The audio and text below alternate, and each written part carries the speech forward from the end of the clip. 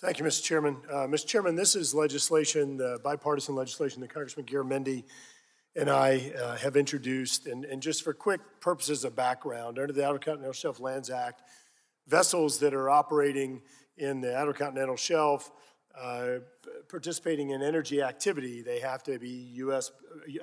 vessels. They have to be U.S.-built ships, they have to be U.S. flagged, they have to be U.S. crewed.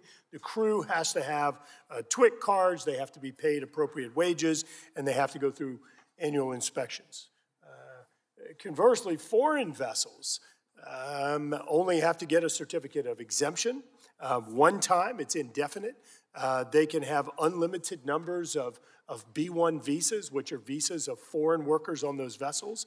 And there's no accountability within the United States Coast Guard. As a matter of fact, Mr. Chairman, according to some of the research that we've done, we found that Russia is one of the top 5 suppliers of staff or crew members for these vessels. And their vessels operating right now, today, in the United States, that have Russian crew members on these foreign vessels that are not aligned with the flag. So what our amendment does, and I want to say it again, this is a bipartisan amendment with Congressman Garret and I.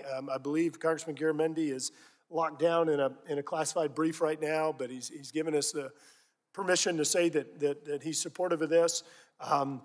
So what our amendment does is it simply tries to provide parity. I want to be very clear. It doesn't block or ban foreign vessels, but what it does is it tries to establish some degree of parity. Number one, if you're a foreign vessel, you can be a foreign vessel, but you have to get similarly certified on an annual basis. Number two, you have to have a crew that is aligned with your flag, with the flag of the vessel, just like U.S. crews.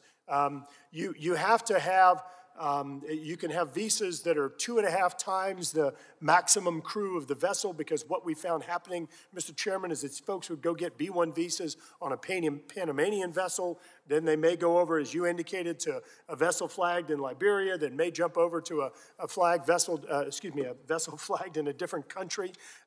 So it doesn't ban it, it just tries to provide some degree of parity between U.S. vessels and those from other countries. So bipartisan legislation that is offered by Congressman Garret and I. It does try to stick with what I believe was the original intention of the Outer Continental Shelf Lands Act, to ensure that you had some degree of parity between U.S. vessels and those operating in U.S. waters from other countries.